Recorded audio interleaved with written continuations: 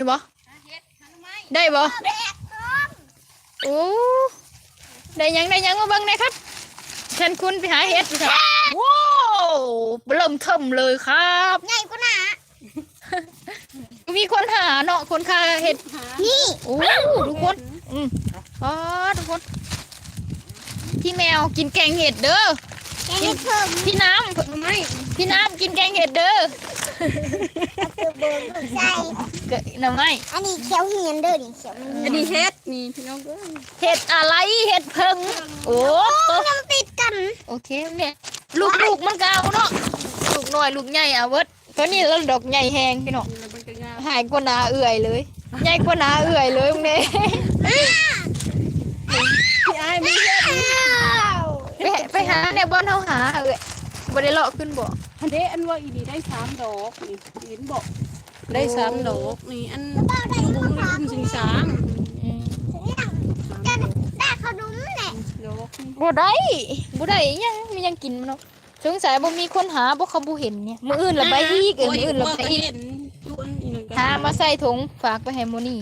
หาพักไปให้อันนี้ ว้าวพาคือพ่อสิแกงกิน โอ้พิธีเนาะ เดียวนี่ คนเมื่อย ใหญ่คัก ลม ใหญ่คักเห็ดผึ่งดอกเยอะที่สุดเลย มันกิน อย่าพาปลาได้ถ่ายหูปอยู่เห็ดผึ่งดอกเยอะ เอาไม่กระโบก ปลาได้เห็ดหลายบ่าวทองใบสบายดีพี่น้ำใสใหญ่มากแม่นดอกเดียว แทนคุณเก่งแท้วะ ใส่นุ่มก็ ขอบใจสบายดีพี่แมวสบายดีพี่น้ำนะปงก่อน สบายดี สวัสดีค่ะ สวัสดีค่ะ แทนคุณมาแต่ไหนเหรอเพิ่นถามอ่ะ มาจะหาเห็ด หา โอ้ เห็ ย ด หาเห็ด หาเห็ดหาหน่อไม้เนาะไปนี่ไปน้ำพ่อแม่ละทั่วทีบทั่วนี่เลยนะแบบว่า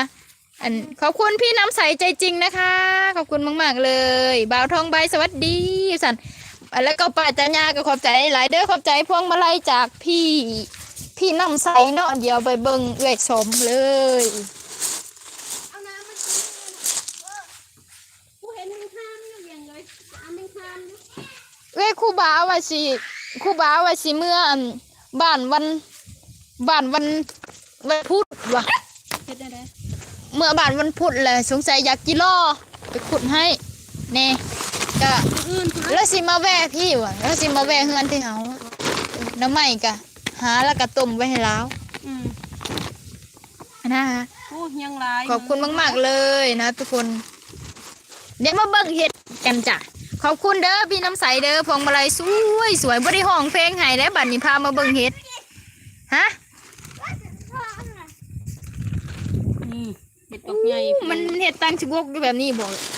ดำคักเนาะคุณเนาะ นี่ไปเนี่ย นี่ตั้งสงบโอ้ยเน่าไป แล้ แล้ว ว หาเพียงมาปูไปหาชาร์จไปมาปูนี่ แล้วก็ท้องเห็ดเช่นนี้แหละจังตัดจังใส่กระซามค่ะ ถ้าเหมือนเนี่ยมาตัดเห็ดเท่าเห็ดเท่านี้ นี่ล่ะไปเอาไปเอาอีกปากไปมืออยู่เฮาฮ้อนเฮาเมื่อย เออ ขึ้นกระโปดอยู่ง่ายไหมพูน มินข้ามมินยังบอกว่าเอ้ากระโตกกันเด้ กระโตกก็ได้ บ้านนกเอี้ยงกะสิว่าดังนิดหน่อยเด้อทุกคน อิสระภาพอิสระเด้ ของอยู่ตอนนี้เนาะ พี่ขอตัวนอนก่อนนะคะน้องเอี้ยงโดยนอนรับฝันดีเด้อฝันเอาเหล็ก อันลอตเตอรี่เนี่ยพี่น้ำ ว่าเพิ่นยังบ่เห็นหน้าหาว่า โอ้เพลงกูรกแล้วให้เพิ่นเบิ่งแน่นี่เพิ่นว่าวันนอนก็เด้อว่ะ เออ โดยสิลูก เฮ็ดลูกบ่ปาดจะย่าบ่ ไม่ เข้า จะเอา ปาด ปากหนู ขอบใจหลายๆเด้อพี่น้ำใสนะขอให้พี่นอนรับฝันดีเฮงๆมันๆมีแต่โศกมีแต่ลาบเด้อร่ำรวย เพิ่นยังบ่เห็นหน้าหา ร่ำรวยเด้อ